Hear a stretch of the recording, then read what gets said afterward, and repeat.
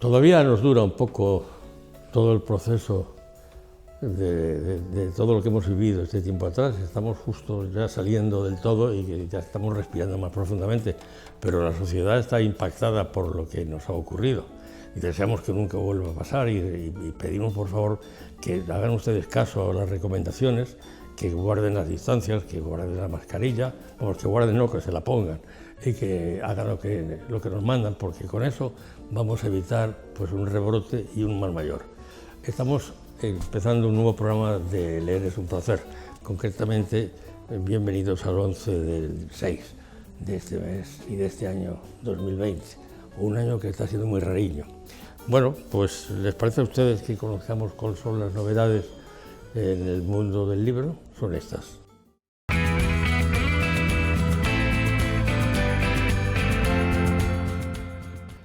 Bueno, pues las novedades de la semana son, en primer lugar, de Máximo Huerta, Con el amor bastaba. Elio Ícaro vive con resignación la decadencia del matrimonio de sus padres, la angustia de su madre por el futuro que tendrán que afrontar solos, la confusión de su padre, la inquietud de toda la familia. Pero mientras el niño despierta la sexualidad gracias a la complicidad de un compañero, un día también descubre con asombro que tiene un don, es capaz de volar. En segundo lugar, de Editorial Alfaguara, el libro esperado de Joy Dicker, que se titula El enigma de la habitación 622. Una noche de diciembre, un cadáver yace en el suelo de la habitación 622, un hotel de lujo en los Alpes suizos. La investigación policial no llegará nunca a término, y el paso del tiempo hará que muchos se olviden de lo sucedido. Un año más tarde, el escritor Joel Dicker llega a ese mismo hotel para recuperarse de una ruptura sentimental. Y en último lugar, de Pedro Feijóo, Un fuego azul. Existe una maldad insufrible y monstruosa que no deja grietas y arrasa con todo ello toda la posibilidad de expiación, de perdón o de futuro. El responsable de la Brigada de Investigación Criminal de la Comisaría Central de Vigo todavía no lo sabe, pero se enfrenta a este tipo de maldad.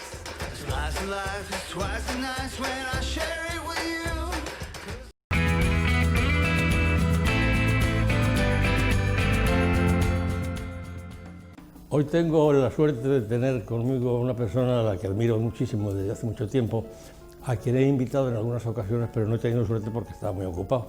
Pero el perseverar en una cosa, pues al final tienes un éxito y hoy lo tengo conmigo. Se llama Alfonso Vázquez de primer apellido y Monchardín de segundo. Bienvenido al programa, gracias por lo mismo. ¿Y cómo te sientes después de este periodo de pensamiento y meditación que hemos sufrido durante las pasadas semanas? Normal. Eu creo que como todos estamos un pouco asustados, estamos un pouco esperanzados e entón pois é un tema que creo que o mellor que podemos facer é continuar coa vida o máis normal que poidamos mediante, mentras poidamos. E eu creo que bueno, as cifras que se están manexando neste momento inducen ao optimismo e entonces é unha obriga a ser optimista, pois senón vamos mal. Sí, pero hay que hacer un esfuerzo, yo creo, porque hay que ver los síntomas que vamos viendo por ahí fuera, sí, claro. Que realmente un poco asustan. Sí, pero tamén hai outras cousas moi positivas. O avance da ciencia está aí. Ao principio os médicos non tiñan idea de como atacar, agora xa avanzaron moitísimo.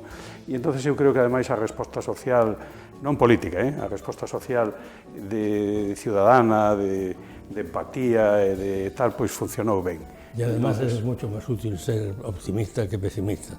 Sí. Es más creativo, aunque siempre hay que pensar mal. Bueno, ese es un principio que tenemos algunos y que no nos va muy mal.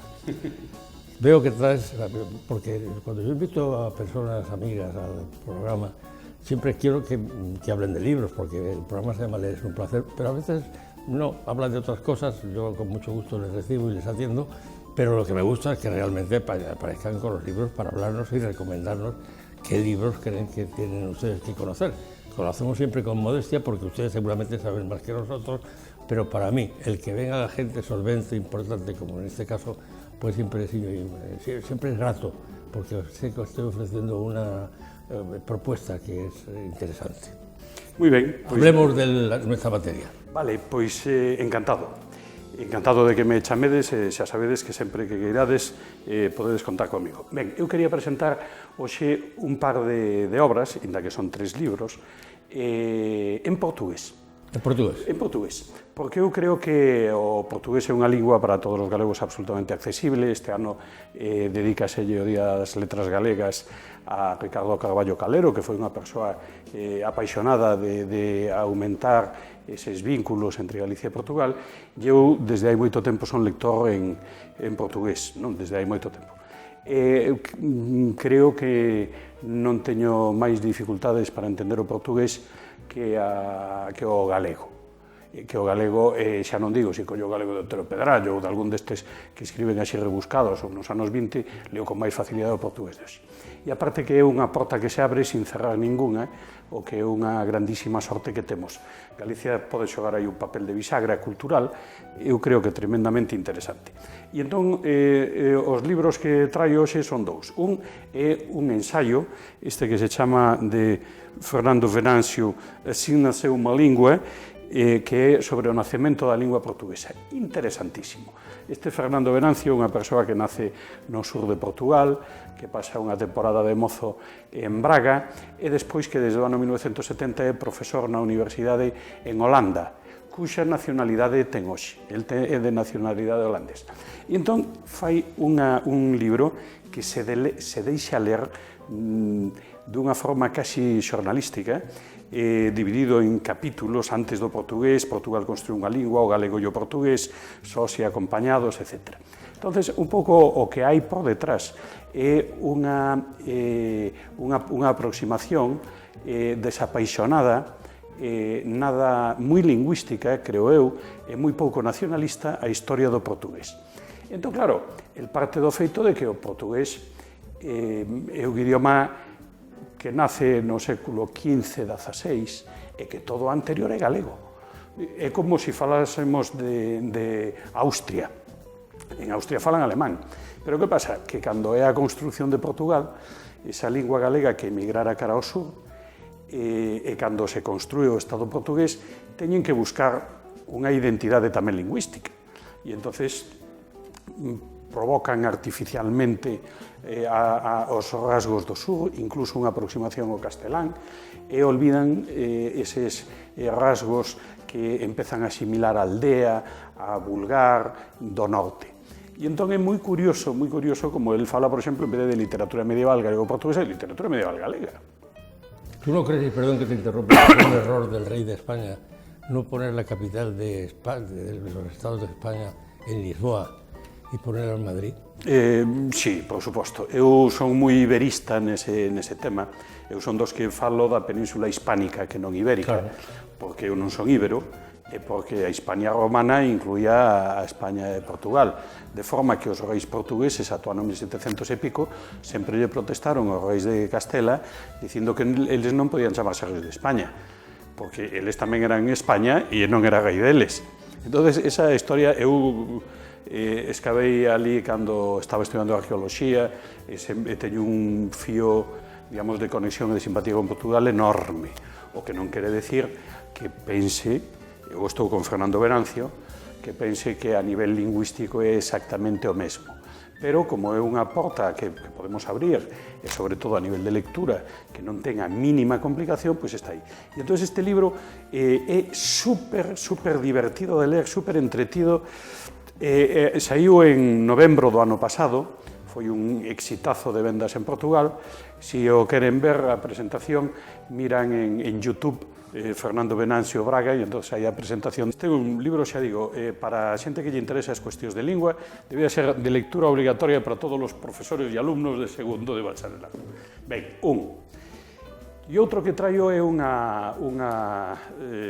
romance, unha novela, unha biografía novelada dun dos personaxes máis atractivos para min da historia relacionada con Portugal do século XX, que é Carlos Gulbenkian.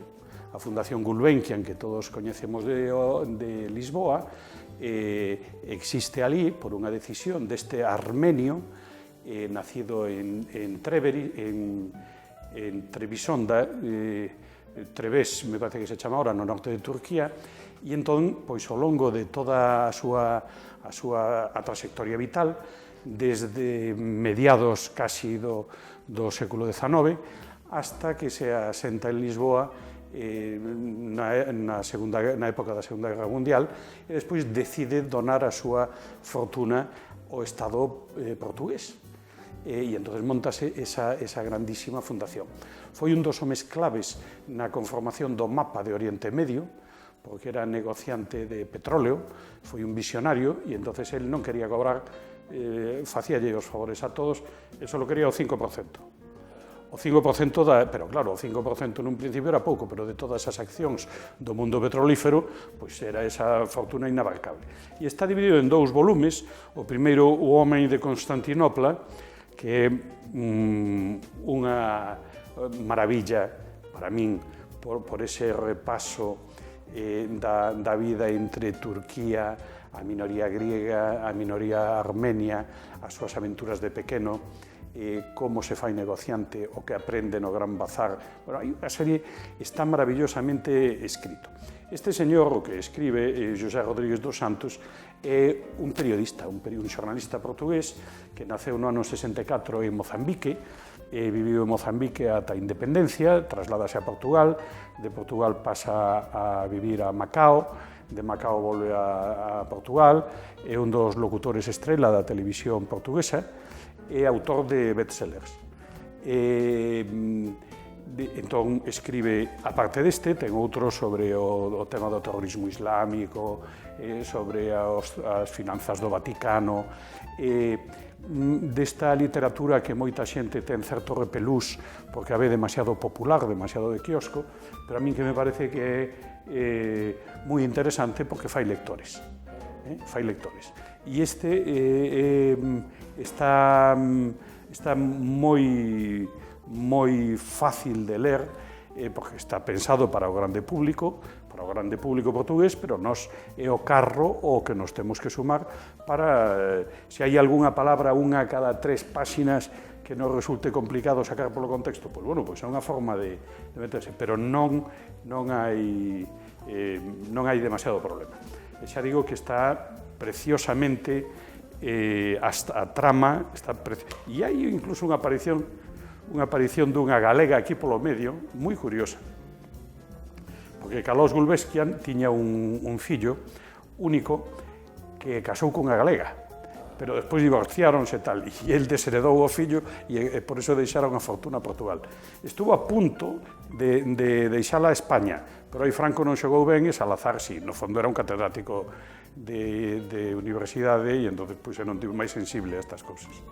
Es curioso porque la relación de los españoles en general con portugueses no es, en mi opinión personal, y pido disculpas si me equivoco, no es todo lo admiradora o admirativa que debería ser, porque realmente Portugal es muy importante en la historia de España.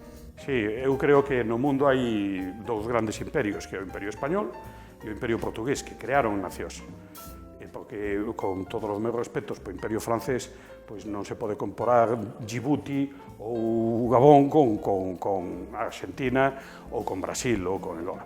Entón, ese é o dos 4 grandes imperios do mundo, do británico, do francés, do portugués e do español. Os 2 grandes imperios son os nosos, que son os que crearon algo distinto. Os ingleses foi a base de trasplantar directamente o seu e eliminar as culturas indígenas. Eu creo que hai.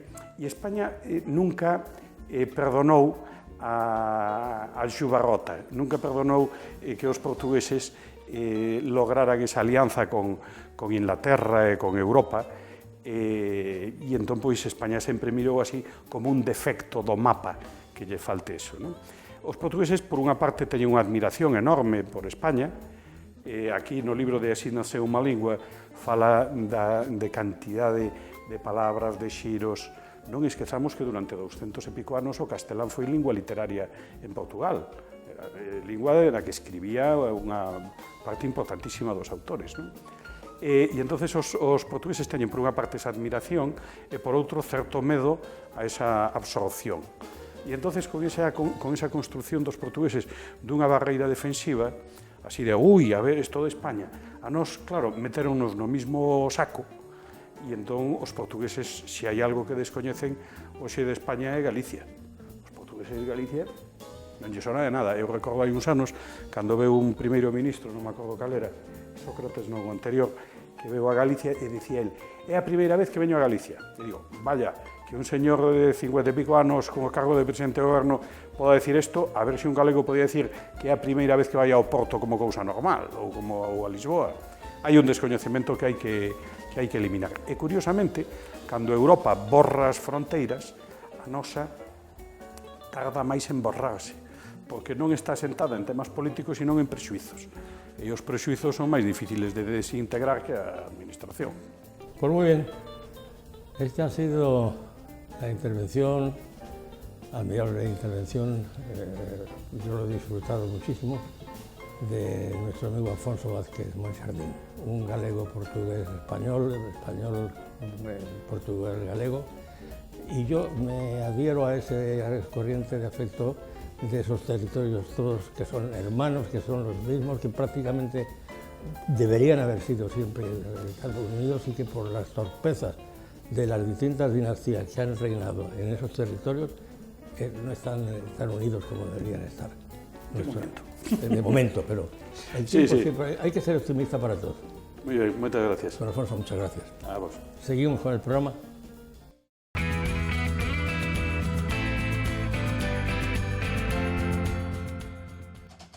Bueno, pues los libros más vendidos esta semana son, en primer lugar, de Almudena Grandes, La madre de Frankenstein. En segundo lugar, de Greta Alonso, El cielo de tus días, en Editorial Planeta. Y en último lugar, en Editorial Espasa, de José María Peridis, que es Premio Primavera Novela de este año, El corazón con que vivo.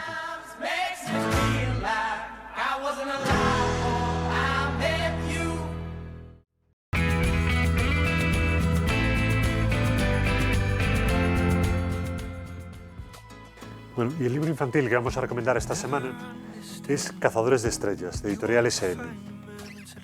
Un libro para compartir con tu hijo, en el que encontrarás un bonito texto en verso sobre el vínculo entre los padres y los hijos, ilustrado con gran delicadeza por Miren Lora.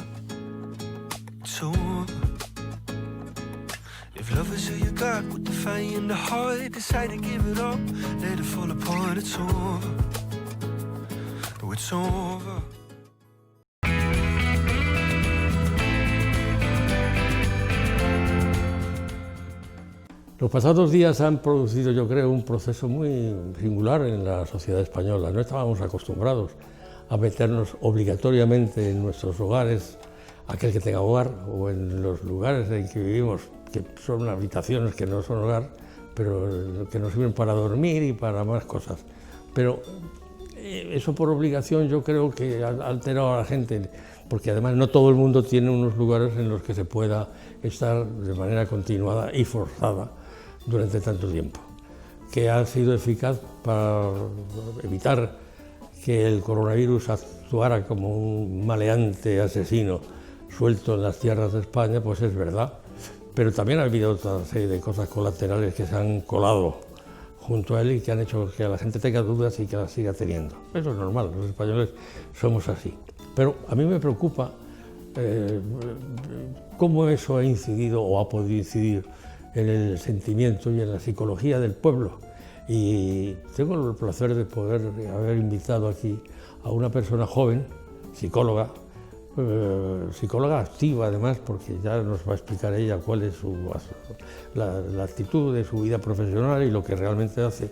Y la quiero preguntar cómo ha notado ella a sus pacientes, a sus clientes, en fin, a todas las personas a las que atiende desde su punto de vista profesional. Es un placer recibir por segunda vez en el año, porque ya vino, me parece que en febrero, a Lorena Álvarez. Es una joven psicóloga. Gracias por haber venido. Muchas gracias a Lorena, vosotros por darme la oportunidad. Y ya me has oído hacer la introducción.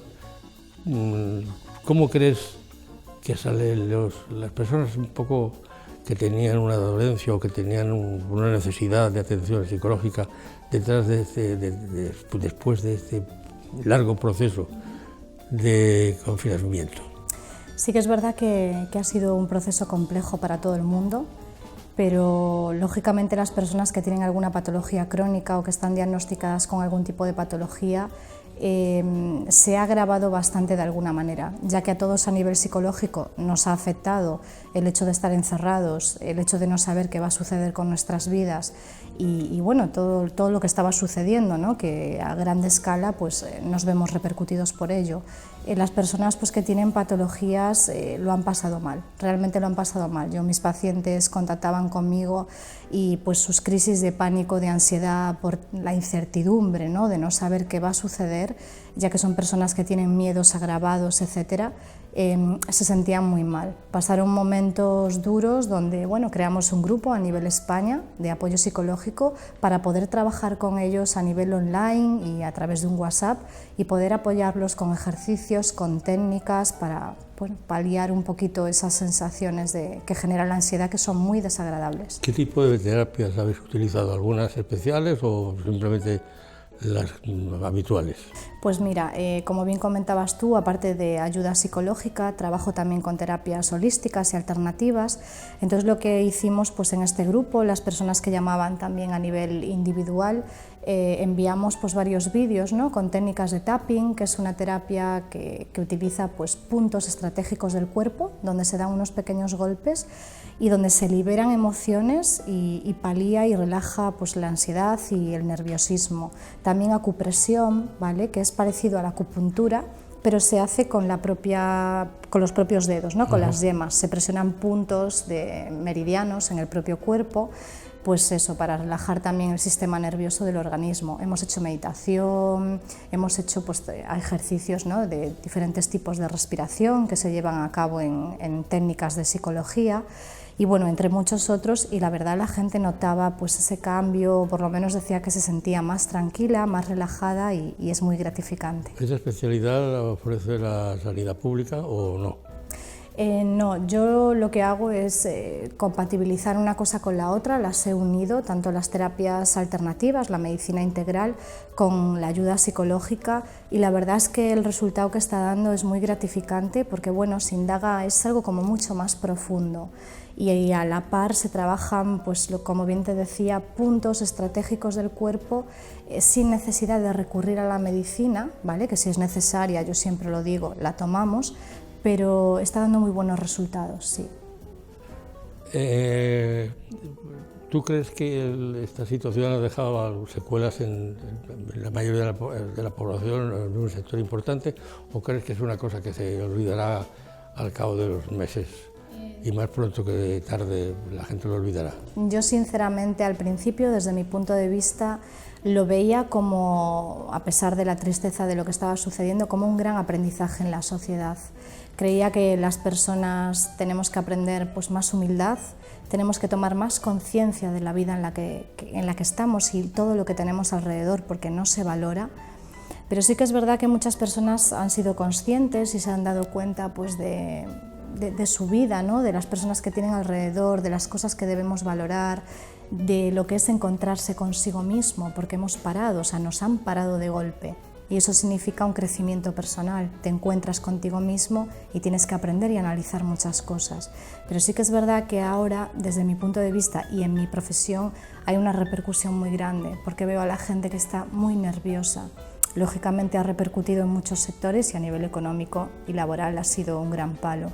Entonces, bueno, están nerviosos, están ansiosos y están las personas como un poco descontroladas en este momento, sí. Bueno, yo creo que me has dicho antes, yo he entendido que traías o que ibas a hablarme de un libro que te pareció interesante y me hace ilusión que me digas cuál es. Sí, por supuesto. ¿Por qué?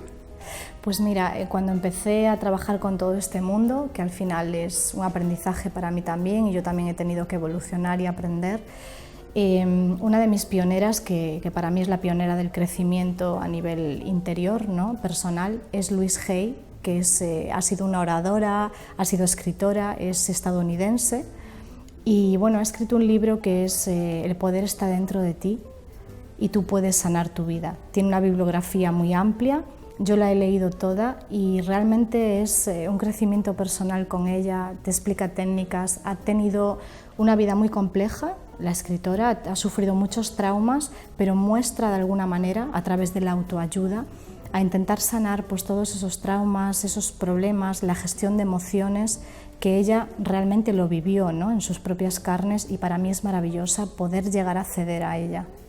¿Me has dicho que se llama el libro y la autora, por favor? Sí, el porque libro... con esto de los 2 metros nos llega fácil, pero los que tenemos el oído un poco duro... El libro es enteramos. El poder está dentro de ti. El poder está dentro de ti. Sí, ese lo publicó en 1991 y tú puedes sanar tu vida. Son 2 libros de autoayuda con ejercicios que realmente te hacen llevar a cabo una reflexión muy grande en tu interior. Sobre ¿Autora todo, española o americana? Autora estadounidense, sí. Se llama Louise Hay.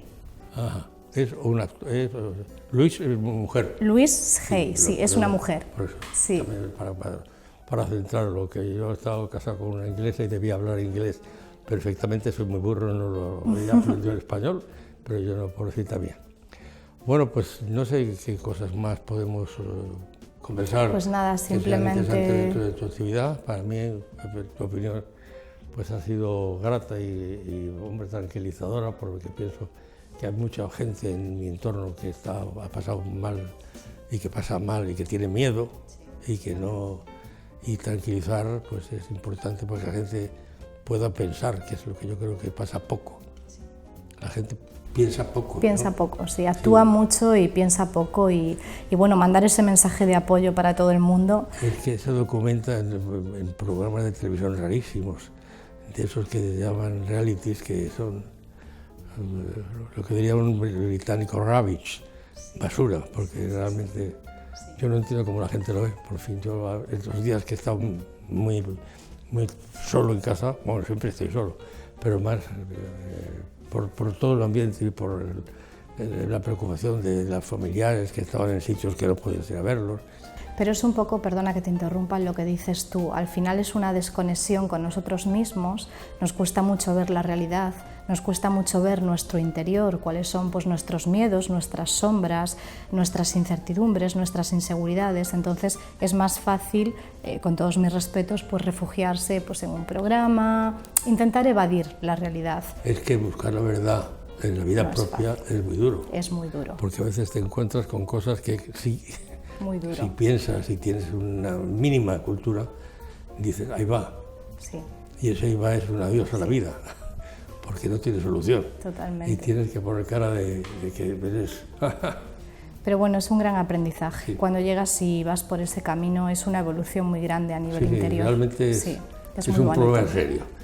Pues Lorena Álvarez, gracias por haber venido otra vez al programa. Ha sido muy grato recibirte. Muchas gracias. Y te deseo toda clase de éxitos en tu vida personal y profesional. Muchísimas gracias por todo. ¿Les parece a ustedes que despidamos el programa? Bueno, pues lo vamos a despedir. Leer es un placer, es un programa que produce Telemiño, lo hacemos en las entrevistas en el lugar que dicen que es de mayor prestigio en la ciudad de Las Burgas, que es el Liceo. Lo emitimos a través de nuestra semanal propia y también a través del canal 133 de RTelevisión. Y también tienen ustedes una opción que dicen que es muy eficaz. Yo la he probado y a veces funciona y a veces no, que es poner en el ordenador o en el teléfono modernísimo eso de telemimho.com y le dice que allí estaremos. Háganme un auto de fe y pruébenlo. Yo creo que también, pero a veces me ha fallado. Leer es un placer, pues es un modesto programa que hacemos con una intención de demostrar que leer es algo más que un placer, es una necesidad. Les hará a ustedes conocedores de más cosas, tendrán más capacidad de decisión y pues no serán ustedes unos todos espectadores de programas de televisión de esos de reality y cosas de esas. Gracias por la atención que nos prestan y que ustedes sean felices.